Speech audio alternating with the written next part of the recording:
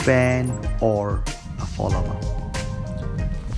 Yes, in Matthew chapter 4:19, Jesus said to his disciples, "Come follow me, and I will make you fishers of men." This is Prakash, and you are listening to Pursue the Call with Prakash podcast. Following Jesus is the most amazing journey that in this world that you and I can consider taking on, no matter what stage in life that you and I are, no matter what situation that we are going through. That is the most amazing journey that will impact our lives. Just to begin with this podcast, let me throw out this statement. To believe in Jesus, it costs us nothing. But to follow Jesus, it will cost us everything. But in turn, it will impact everything in our lives for good. And that's why it's the most amazing journey that we can ever take on.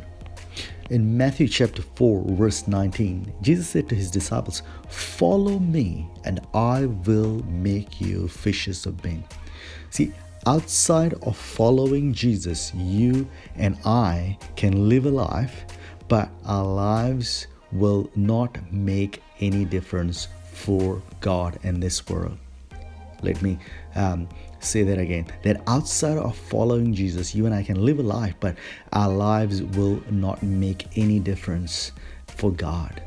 See, Jesus wasn't saying to them that follow some good ideas or follow some sort of techniques or methods or read some books. Not that those things are wrong, or to go to a training institute or go to a college or get a degree. Not that those things are wrong, but he was simply saying in two words, follow me. And when we see that, Jesus said that in that when you follow me, I will make you become, I will make you become fishers of men. In other words, that to make an impact in this generation, boys, you need to come and follow me. You need to live with me. You need to do things with me.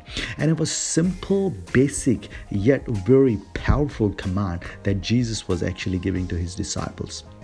And what we see in Matthew chapter 4, verse 19, that when Jesus, let us read this together.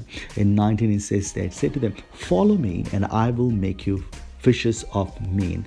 They immediately left. In verse 20, it says that they immediately left their nets. I love immediately left their nets and followed him. They did not pause or sat down or thought for a while or considered what they were doing or went back to their houses or took a bit of a time. This is something that we when we consider the call of God upon our lives, quite often we think, let me pray about this, or let me think a little while about this, let me organize my job, or let me go back and tell my friends and families. But it says that they immediately left their nets and followed him. It simply shows their obedience. And Jesus, God loves our obedience. And when we read, it says that they immediately left their nets. The nets, it actually explains us that they were doing something before they were called. They had an employment. They had the job that they were involved. There was a means for them to provide for themselves and for the family. They weren't just doing anything. They were busy. But when they heard the voice of Jesus, they left the nets and they began to follow Jesus. And I don't know those nets at that time for the disciples. In our context, what it looks like, what is the most important thing that we love doing or we are busy in our lives that keeps us away from following Jesus. And we need to bring that before the cross of Calvary and ask Jesus that, God, don't let that thing be an hindrance from me following you and what you called me to do.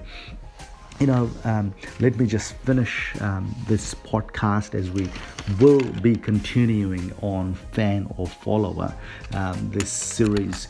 But let me explain this story. And as New Zealanders and Kiwis, we are all familiar with the match rugby, and let me explain the difference between fan and a follower by giving this illustration of a rugby match. When we go on a grandstand and we we are watching a rugby match, and some people do, as a fan of a rugby team or All Blacks, you probably might be, or some of you are.